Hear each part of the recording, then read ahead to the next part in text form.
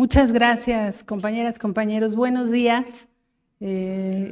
Agradezco mucho que nos hayan compartido la posibilidad de platicar sobre el proyecto de Nación hacia adelante y le agradezco mucho al diputado Héctor Díaz Polanco, al quien le manifiesto todo mi respeto porque pues desde hace muchos años hemos coincidido en la lucha y mi admiración porque ha sabido siempre conducir y ser ejemplo para muchos de nosotros. Y también le agradezco a Álvaro, quien es el secretario técnico del Consejo. Muchísimas gracias, porque también el Consejo hoy observo a la distancia necesaria y correcta, que tiene una vida distinta y es de reconocerse. También le agradezco a mi compañero de toda la vida y de todas las batallas, a Carlos Castillo, integrante del Comité Nacional, que pues, siempre me tiene comentándome qué es lo que sucede por acá. Y también agradezco con mi compañero de gabinete, Marat Bolaños, que recientemente ha sido nombrado por el presidente e integrante del gabinete como secretario del Trabajo. Muchas gracias, Marat, pues hemos librado muchas batallas en el gobierno. Y a Gerardo Esquivel, muchas gracias, buenos días. Ya tenía un rato que no nos veíamos. Estoy muy agradecida porque además observo compañeros de distintas partes del país. Así que ahí están los compañeros de Guanajuato, de Aguascalientes, de Chihuahua. Allá veo a Abraham de Hidalgo, los compañeros de la Ciudad de México.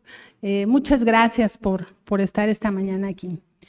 Pues yo primero quisiera compartirles que nos sentimos quienes participamos en el movimiento de transformación muy contentos porque estemos siendo parte de estos foros. Lo agradecemos y agradecemos que sea en domingo para poderlo hacer en el marco de la ley. Es muy importante que nosotros transmitamos el conocimiento, la experiencia que en estos años hemos obtenido gracias a la conducción y el buen gobierno del presidente López Obrador. Primero que nada, decirles que la política de bienestar es una política fundamental y es la piedra angular de la Cuarta Transformación, que es conducida milímetro a milímetro por el presidente de la República. Todos los programas de bienestar han nacido de la mente y del corazón de nuestro presidente. Los programas de bienestar nacen de los sentimientos del pueblo, porque nuestro presidente tiene muchas virtudes y tiene muchas capacidades, pero hay algo que lo hace extraordinariamente diferente, que es que conoce todo el país y que conoce ese México profundo del cual siempre hablamos que había sido olvidado. Y esto es algo fundamental para la política de bienestar. El presidente, al conocer toda la realidad nacional, sabe desde siempre, y por eso esa ha sido la bandera de nuestra lucha, que por el bien de todos, primero los pobres. Porque una nación no puede avanzar con las tremendas desigualdades que el régimen neoliberal nos heredó. Y para combatir esa situación, hemos trabajado incansablemente estos 5 años, pues más de 5 años, porque nosotros iniciamos a trabajar en la transición, entonces vamos a haber trabajado más de 6 años en este gobierno, si Dios lo permite. Decirles que esta política de bienestar, como lo he comentado, nace de los sentimientos del pueblo, de un hombre que ha sido la diferencia, su proceso de escucha con las comunidades. Porque el presidente ha caminado todo el país. Sabemos que conoce todos y cada uno de los rincones de nuestra patria. Pero sobre todo, él ha tenido su mente y su corazón abierto para escuchar esas demandas del pueblo. Y como el presidente siempre lo ha dicho, el daño más grave que se le ha hecho al país es la profunda corrupción que el régimen pasado nos heredó. Y que esa corrupción trajo a millones de pobres. Hoy nos cuestionan, pero hay que decirlo con mucha claridad. El neoliberalismo nos heredó más de 50 millones de pobres a este país. Y el bloque conservador y la derecha se tienen que hacer cargo de eso. Y nosotros tenemos que tener profunda convicción en que lo que hoy el presidente está haciendo camina al combate directo a la pobreza y a la desigualdad. El presidente ha puesto la corrupción como el daño más profundo a nuestra nación. Y les daré algunos datos. La pensión de adultos mayores, cuando nosotros llegamos al gobierno el 1 de diciembre del 2018, yo siendo subsecretaria y desde siempre encargándome de esta pensión y de otros programas, pero particularmente la pensión de adultos mayores, tenía un presupuesto de 40,000 millones de pesos. Hoy, para este año, vamos a ejercer un presupuesto de 340,000 millones de pesos. Y eso, ¿cómo lo hemos logrado? ¿Cómo lo ha logrado el presidente? Yo siempre lo traslado a él porque nosotros, como bien dice él, somos simples administradores del presupuesto público y nosotros somos operadores de sus ideas y de sus intenciones y sentimientos. El presidente este año ha destinado esa cantidad de presupuesto, pero para este año habremos de haber destinado 1 billón de pesos para los adultos mayores. Y el combate a la corrupción nos permite que haya bienestar para ellos, que ellos vivan al final, en la última etapa de su vida, con dignidad. Yo he recorrido pueblos, montañas, ciudades, valles, y todos los adultos mayores, en todos los lugares, las personas nos dicen, el presidente nos regresó la dignidad. Y eso no tiene valor, eso no tiene precio, porque lo que aquí se ha hecho es tener un gobierno austero, combatir la corrupción. Eso es fundamental y creo que es lo más importante, porque con recursos se pueden hacer muchas cosas, sin recursos no. También el gobierno es crudo en ello. Entonces, hemos podido tener los recursos necesarios para implementar los programas de bienestar, porque hay un combate frontal a la corrupción.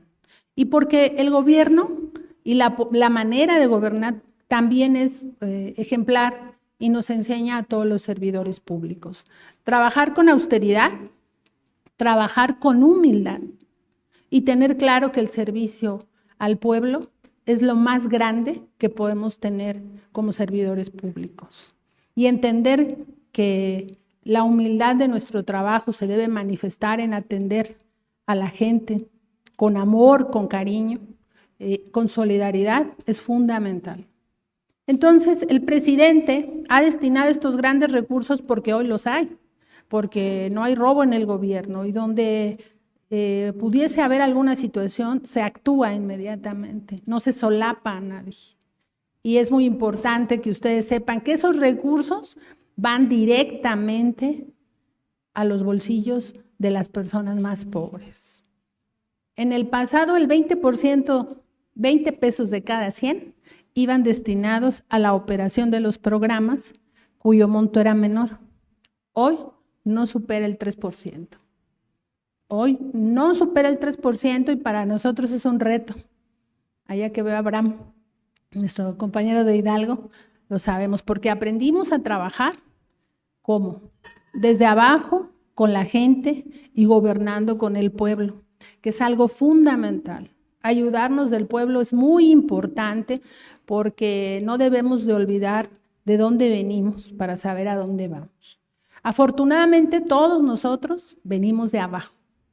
No venimos de las cúpulas, ni de las familias, ni de nada por el estilo. Nuestro esfuerzo ha sido desde abajo. Y quiero decirles que a mí me da nostalgia venir acá, justo aquí, porque yo estudié la secundaria aquí a 5 minutos. Y por aquí vivía yo. Yo crecí en Iztapalapa, en la colindancia con Ciudad Nezahualcóyotl. Y me siento muy orgullosa de el poder el día de hoy servir a la nación. Y como nosotros venimos de ahí, venimos de abajo, nos duele cuando las cosas pudieran no estar bien para la gente. La pensión de adultos mayores, como ya les he dicho, ha sido el baluarte del presidente de la República. El presidente en campaña se comprometió a duplicar el monto de la pensión. Y aquí quiero ahondar en algo. Ahora que el presidente Fox dice y se desdice sobre la política de los programas sociales, como ellos le denominaban, la historia de la pensión es la historia de dos visiones. Y creo que es muy importante que todos lo tengamos muy claro para defender nuestro proyecto.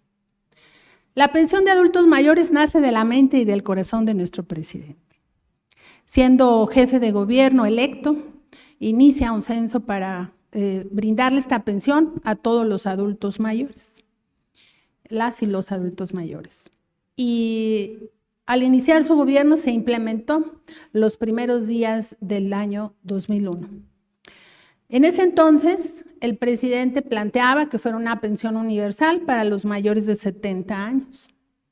Y también en ese entonces el presidente Fox criticaba al presidente porque cómo iba a regalarse el dinero de los que sí trabajan y aportan impuestos a los que no trabajan porque son flojos.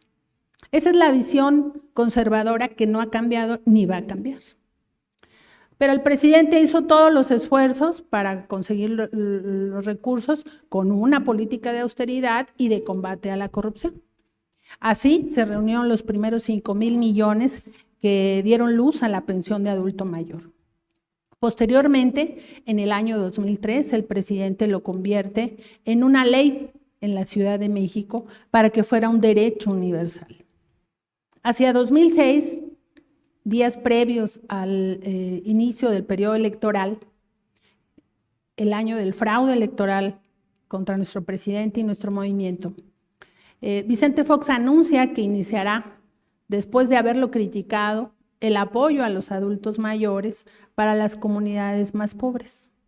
Pero es hasta 2007, con la entrada de Felipe Calderón, que lo empiezan a implementar. Excluían a los pensionados y jubilados porque decían que ellos ya tenían una pensión y que esta pensión les retribuía por parte del Estado pues, para la última etapa de la vida. Cosa más falsa, porque la pensión contributiva que los trabajadores tienen del IMSS o del ISSSTE, pues deviene de su trabajo y de sus aportaciones, no es una concesión del gobierno. Entonces, esta pensión los eximía de la otra pensión, de nuestra pensión. Entonces, se excluía a ellos, solamente se atendía a las comunidades de menos de 2,500 habitantes, porque no era la convicción de apoyar a los adultos mayores, sino era el uso político electoral de un programa en el que no tenían convicción. Y como vemos, siguen sin tenerla. Entonces, la pensión en 12 años, desde el gobierno de Calderón y del presidente Peña, solo subió 160 pesos en 12 años. ¿Por qué? Porque sí había recursos para tener funcionarios con un trabajo suntuoso, pero no el trabajo de fondo, sino lujos en el gobierno, despilfarros en el gobierno y mucha corrupción. Mientras los adultos mayores vivían en esa desigualdad, los funcionarios se daban la gran vida, cosa que hoy no sucede. Cuando el presidente hizo campaña 1, 2 y 3 veces, siempre dijo vamos a duplicar el monto de la pensión, cosa que cumplió a la llegada a su gobierno. Y hoy contamos una nueva historia muy distinta. Se cumplió el compromiso de duplicar el monto de la pensión, pero también de que esta pensión fuera para todos. Y hoy los adultos mayores están recibiendo en las Lomas de Chapultepec y aquí en la colonia Pantitlán. Es una pensión para todos. ¿Y por qué es para todos? Porque también eso nos critican. Que por qué es para todos, que por qué no solamente para los más pobres y entonces ayudamos a otros sectores de la población. Y miren, La pensión de adultos mayores beneficia a los adultos mayores y a sus familias, porque si alguien es bondadoso en la familia son ellos, y no se guardan su dinero para ellos, lo distribuyen, lo invierten en la familia. Es la mejor manera de distribuir el presupuesto público en la gente. Y ellos son los mejores administradores, ¿sí? Pero además son quienes vivieron en carne propia, de manera más profunda, el neoliberalismo. ¿Cuántas veces escuchamos cuando caminamos en las colonias que la gente decía, el gobierno no me ayuda en nada y tengo muchas necesidades? Ese es el sector de la población que estaba en tiempos de su edad más productiva y que hoy son adultos mayores. Entonces, todos los adultos mayores tienen derecho a vivir con dignidad su vejez. Pero no solamente se cumplió el compromiso de duplicar el monto de la pensión, sino lo triplicamos y para este año lo cuadriplicamos. Pero para el próximo año será 5 veces más. Y el presupuesto de la pensión, el monto que se entrega individual de la pensión, creció de 1,160 pesos a 4,800 pesos que este año les estamos entregando y 6,000 pesos el próximo año. No hay comparación. No hay comparación.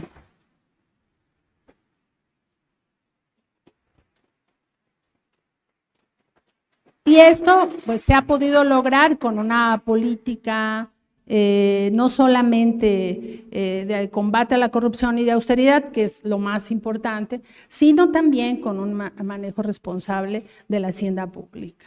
El presidente no ha pedido deuda ni en medio de la pandemia y hay recursos para el pueblo. Y yo les quiero compartir que siempre que tenemos alguna preocupación presupuestal aquí, Marat, que nos acompañamos en el gabinete de bienestar con el presidente, siempre nos dice, para los programas de bienestar nunca va a faltar el recurso.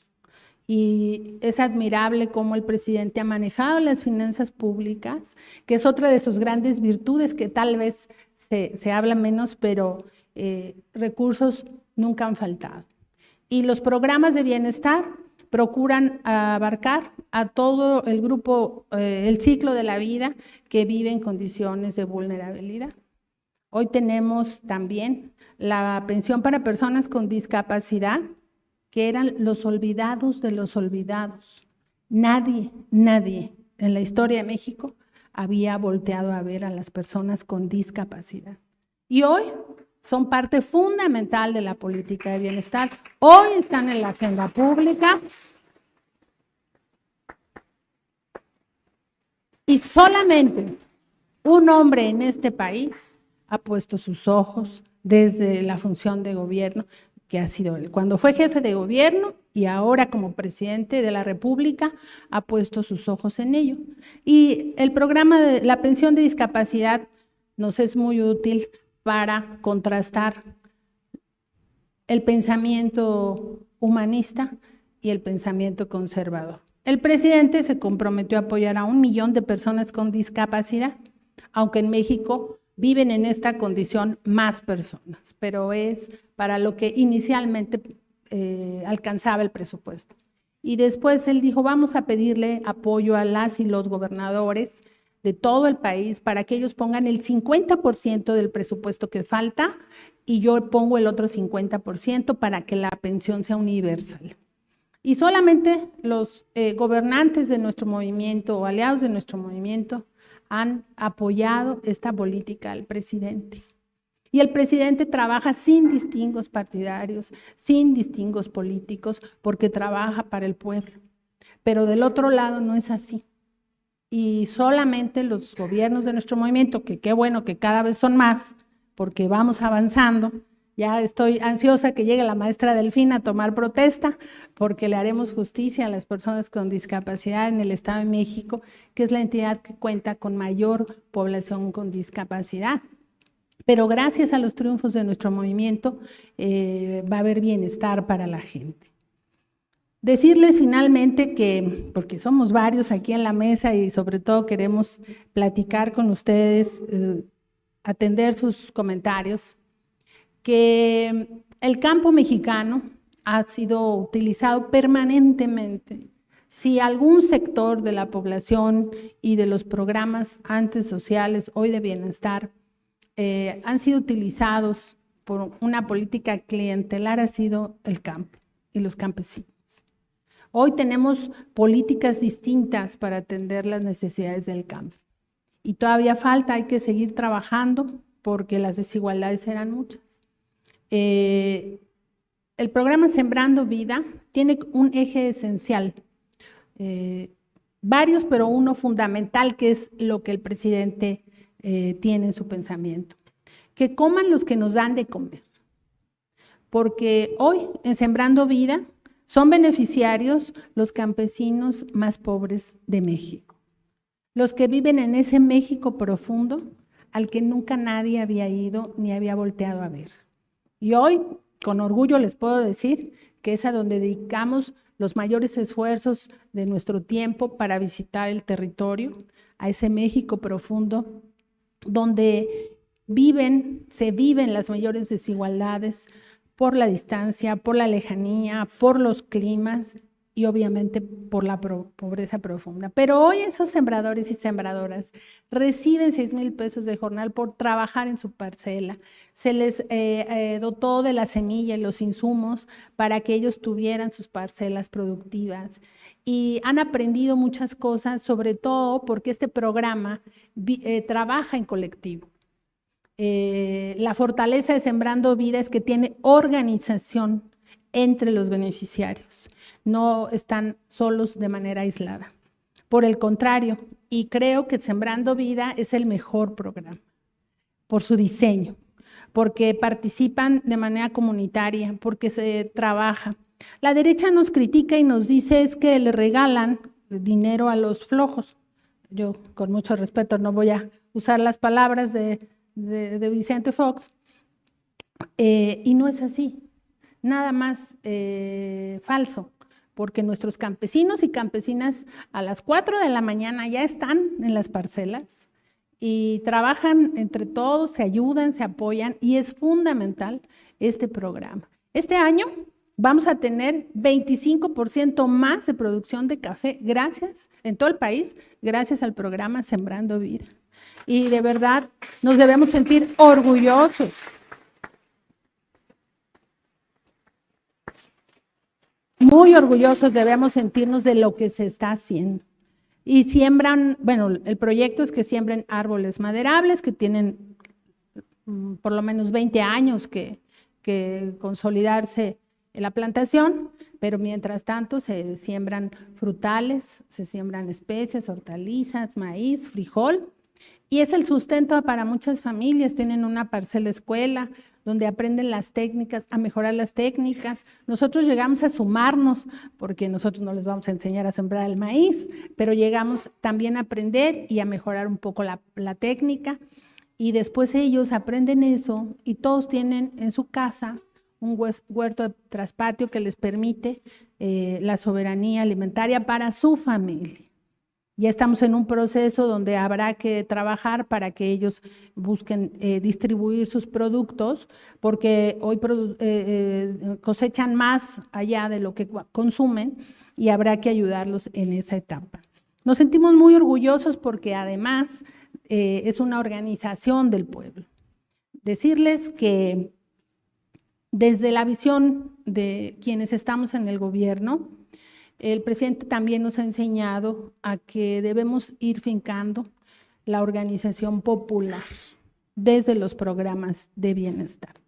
Ahora ustedes saben, hay un proyecto del Banco del Bienestar que estamos implementando con ciertas vicisitudes, porque no es tarea sencilla hacer un banco, y menos con todos los bancos en contra, ¿no? Pero el objetivo es que los 25 millones de personas que reciben un programa de bienestar en el país cuenten con una tarjeta del Banco del Bienestar y haya una sucursal del banco casi en todas las cabeceras municipales. Recién fui a la montaña de Guerrero y me sentí muy contenta porque en los municipios de la montaña está un Banco del Bienestar y es hermoso ver a nuestros hermanos indígenas que llegan con su tarjeta a la hora que quieren, sacan sus recursos, nadie está de intermediario, ni nosotros en un futuro, ¿no? Porque el presidente ha pedido que la política sea sin intermediarios. Atrás las organizaciones, eso se acabó desde el primer día y nosotros un día vamos a dejar de estar tan cerca a la gente porque les va a llegar de la tesorería de la federación a su tarjeta y así ya está sucediendo. Y luego, bueno, tenemos algunas situaciones, ¿verdad? Pero habremos de mejorar la operación de nuestro banco, pero ahí hemos instalado un comité de bienestar que está integrado por cada uno de los servidores públicos de los programas de bienestar en cada sucursal. Cuando el presidente nos planteó esto, que hiciéramos un comité en cada sucursal, pues yo dije, toda nuestra vida vamos a hacer un comité, ¿verdad? Y hoy toma forma esa idea, ¿no?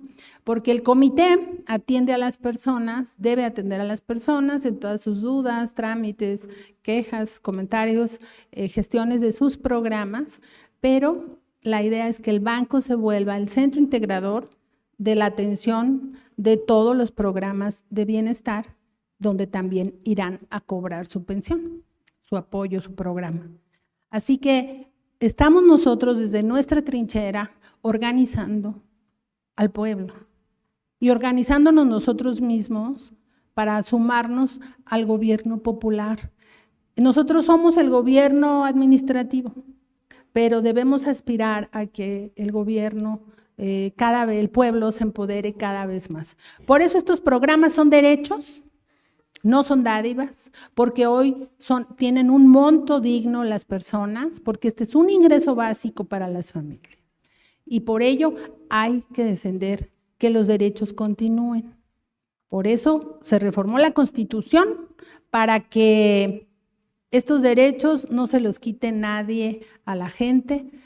Por eso deben sentirse tranquilas las personas y nosotros también. ¿Pero qué sigue? Bueno, pues como aquí he dicho, la pobreza es grande, la que nos han heredado. Y estamos trabajando duro. Nosotros no descansamos ningún día de la semana, 7 días tenemos actividad, pero de todos modos falta tiempo, trabajamos 18 horas, dice el presidente, ya no pensemos, solo hagamos, y 18 horas de trabajo. A mí me parece primero no olvidar que el movimiento de transformación busca la justicia social, busca el bienestar de la gente, es lo fundamental. Y que los instrumentos son diversos. Me parece que todavía tenemos que profundizar en el apoyo a las niñas y los niños. Seguramente, ojalá haya una mesa de educación, inviten a nuestros compañeros que llevan el programa Las Becas, pero hay que profundizar la inversión, sobre todo en la educación básica, me parece. Pero también hay que continuar convirtiendo en derechos estos programas, para que el estado de bienestar esté garante en la Constitución. Hoy el Estado mexicano recuperó sus funciones. Nosotros estamos otorgando derechos, no servicios. No es un producto como se miró que era la educación, como era la salud. Hoy el Estado mexicano recuperó sus funciones de ser el rector de las políticas públicas y de ser el impulsor del desarrollo en este país. Y por ello tenemos que seguir caminando a la construcción de los derechos, a seguir generando una política de austeridad y combate a la corrupción. En eso no se debe bajar la guardia, porque una noticia, según CONAPO, que nos dio los datos de la última medición hace 15 días, para 2050 el 34% de la población serán adultos mayores. Se está volteando esa pirámide y habremos de prepararnos para consolidar un sistema de cuidados, no solo para los niños ni las personas con discapacidad, sino porque vamos a ser una población de mayores. Entonces tenemos grandes retos, seguir combatiendo la desigualdad desde todos los ámbitos y sobre todo no olvidarnos que nosotros nos debemos a la gente y que el presidente nos lo ha dicho en el último año reiteradamente a nosotros, quizás más en la posición de enseñarnos, que nunca nos despeguemos de la gente, nunca, porque si nos despegamos de la gente, podemos perdernos. Hay que estar siempre abajo con el pueblo, por eso siempre nuestros recorridos son en las zonas más pobres, con el más desprotegido, con el que estuvo olvidado. Así que, compañeras, compañeros, muchísimas gracias por este espacio. Sigamos trabajando en la firme convicción que por el bien de todos, primero los pobres. Muchísimas gracias. Estupendo resumen, con mucho contenido. La pregunta que yo me hacía es, ¿esto ha tenido éxito? Yo creo que la medida del éxito se define a partir de un criterio fundamental, el criterio del consenso, es decir, la aprobación de los destinatarios e incluso de los no destinatarios de los programas que se están aplicando. Piensen ustedes qué interesante lo que está pasando. Tiene tal consenso, tal aprobación, este modelo que estamos en plan de desarrollar hasta donde podamos y nos den nuestras fuerzas, que incluso los que están en contra de este proyecto tienen que advertir a la opinión pública que ellos están de acuerdo con el proyecto, lo cual es la mejor demostración de que la propia derecha del país sabe que no tiene ninguna oportunidad si no apoya el programa de bienestar que está en aplicación. Afortunadamente, para evitar malos entendidos, hay un adulto menor, un señor mayor que es como adulto menor y que dice siempre la verdad, que dijo, no, nosotros no queremos estos programas. Entonces, los organismos políticos a que corresponden han tenido que salir a decir, no, nosotros sí apoyamos los programas de bienestar. Esta es la mejor manifestación del éxito que está teniendo este enfoque.